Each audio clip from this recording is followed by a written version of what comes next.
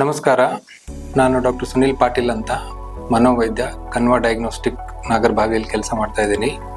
ನಮ್ಮ ಸಂಸ್ಥೆಯಲ್ಲಿ ಒಂದು ಆಲ್ಕೋಹಾಲ್ ಅವೇರ್ನೆಸ್ ಅಥವಾ ಸಬ್ಸ್ಟೆನ್ಸ್ ಅಬ್ಯೂಸ್ ಅವೇರ್ನೆಸ್ ಬಗ್ಗೆ ನಾವು ಒಂದು ಆಕ್ಟಿವಿಟಿ ಮಾಡಬೇಕು ಅಂತ ಈ ಒಂದು ವಿಡಿಯೋ ಮಾಡ್ತಾ ಇದ್ದೀವಿ. ಈ ಆಲ್ಕೋಹಾಲು ಅಥವಾ ಬೇರೆ ಸಬ್ಸ್ಟೆನ್ಸ್ಗಳು ಅಥವಾ ಬೇರೆ ವ್ಯಸನಗಳು ಬಗ್ಗೆ ಮಾತಾಡಬೇಕು ಅಂದರೆ ತುಂಬ ಜನರಿಗೆ ಅದ್ರ ಬಗ್ಗೆ ತುಂಬ ಕಾಂಪ್ಲಿಕೇಶನ್ ಆಗಿ ಪ್ರಾಬ್ಲಮ್ ಆಗಿ ಆರೋಗ್ಯದಲ್ಲಿ ತುಂಬ ವ್ಯತ್ಯಾಸ ಕಂಡು ಬಂದಾಗ ಮಾತ್ರ ಗೊತ್ತಾಗುತ್ತೆ. ಬಟ್ ಅದನ್ನು ಬೇಗ ಕಂಡುಹಿಡಿದು ಅದ್ರ ಬಗ್ಗೆ ಬೇಗ ತಿಳ್ಕೊಂಡು ಅದು ತೊಂದರೆ ಆಗದಂಗೆ ನೋಡ್ಕೊಳ್ಳೋಕ್ಕೆ ತುಂಬ ದಾರಿಗಳಿರುತ್ತೆ. ಅದಕ್ಕೆ ರಕ್ತ ಪರೀಕ್ಷೆಗಳಿದ್ದಾವೆ, ಇಲ್ಲ ಕೌನ್ಸಿಲಿಂಗ್ ಆಗ್ಬೋದು, ಇಲ್ಲ ನಮ್ಮ ಹತ್ರ ಕರ್ಕೊಂಡ್ಬಂದಾಗ ನಾವು ಅದನ್ನು ಬೇರೆ ಬೇರೆ ರೀತಿಯಲ್ಲಿ ಕಂಡುಹಿಡಿದು ಸಹಾಯ ಮಾಡಿ ತುಂಬ ತೊಂದರೆಗಳಾಗದಂಗೆ ನೋಡ್ಕೊಳ್ಳೋಕ್ಕೆ ದಾರಿಗಳಿರುತ್ತೆ. ಈಗ ಆಲ್ಕೋಹಾಲ್ ವಿಷಯ ತಗೊಳ್ಳೋಣ. ಆಲ್ಕೋಹಾಲ್ ತುಂಬ ಕಾಮನ್ ಆಗಿದೆ. ಸೋಷಿಯಲ್ ಡ್ರಿಂಕಿಂಗ್ ಅಂತಾರೆ, ಏನೋ ಆಗುತ್ತೆ. ಬಟ್ ಎಷ್ಟೊಂದು ಸರಿ ಅದರಿಂದ ಲಿವರ್ ಡ್ಯಾಮೇಜ್ ಆಗ್ಬೋದು, ಗ್ಯಾಸ್ಟ್ರಿಕ್ ಪ್ರಾಬ್ಲಮ್ ಆಗ್ಬೋದು, ಬೇರೆ ಬೇರೆ ಸಮಸ್ಯೆಗಳೆಲ್ಲ ಬರೋ ಚಾನ್ಸಸ್ ಇರುತ್ತೆ. ಅದು ಇನಿಷಿಯಲ್ ಗೊತ್ತಾಗಲ್ಲ, ತುಂಬ ಕಾಂಪ್ಲಿಕೇಟ್ ಆಗಿ ನಿದ್ದೆ ಸಮಸ್ಯೆ ಬಂತು, ಬೇರೆ ತೊಂದರೆಗಳಾದಾಗಲೇ ಗೊತ್ತಾಗತ್ತೆ. ಸೊ ಆಲ್ಕೋಹಾಲ್ ಸಮಸ್ಯೆನ ಲಿವರ್ ಫಂಕ್ಷನ್ ಟೆಸ್ಟ್ ಅನ್ನೋ ಒಂದು ಟೆಸ್ಟನ್ನು ಮಾಡಿ ರಕ್ತ ಪರೀಕ್ಷೆ ಮಾಡಿ ಕಂಡು ಹಿಡ್ಕೋಬೋದು. ಕೆಲವೊಂದು ಸರಿ ಆಲ್ಕೋಹಾಲ್ ಬಿಟ್ಟರೆ ಈಗ ಸಬ್ಸ್ಟೆನ್ಸ್ ಅಬ್ಯೂಸ್ ಅನ್ನೋದ್ರಲ್ಲಿ ಕ್ಯಾನಬಿಸ್ ಅಂತ ಬರುತ್ತೆ, ಅದನ್ನು ಗಾಂಜಾ ಅಂತಲೂ ಹೇಳ್ಬೋದು ಕನ್ನಡದಲ್ಲಿ. ಆ ಅಬ್ಯೂಸು ಇರುತ್ತೆ. ಅದನ್ನು ಕಂಡುಹಿಡಿಯೋಕ್ಕೂ ನಮ್ಮಲ್ಲಿ ಯೂರಿನ್ ಡ್ರಗ್ ಸ್ಕ್ರೀನಿಂಗ್ ಅನ್ನೋ ಟೆಸ್ಟನ್ನು ಮಾಡ್ತಾರೆ.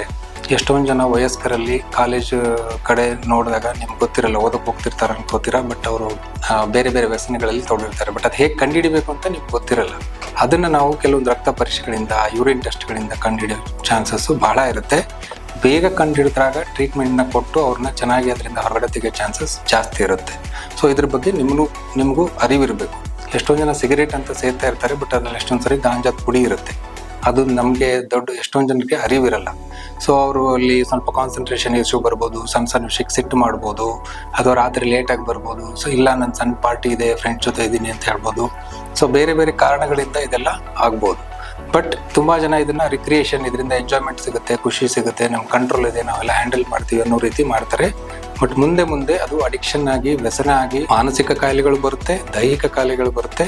ಸೊ ಹಾಗಾಗಿ ಜನರಲ್ ನನ್ನ ವಿನಂತಿ ಏನಂದರೆ, ಅಥವಾ as a team of Kanva diagnostic ಟೀಮಿಂದ ನಮ್ಮ ವಿನಂತಿ ಏನು ಅಂದರೆ, ಈ ಮದ್ಯ ವ್ಯಸನಗಳಾಗಲಿ ಅಥವಾ ಬೇರೆ ಬೇರೆ ವ್ಯಸನಗಳನ್ನು ತುಂಬ ಲೈಟಾಗಿ ತೊಗೋಬೇಡಿ, ಸೀರಿಯಸ್ ಆಗಿ ತೊಗೊಳ್ಳಿ.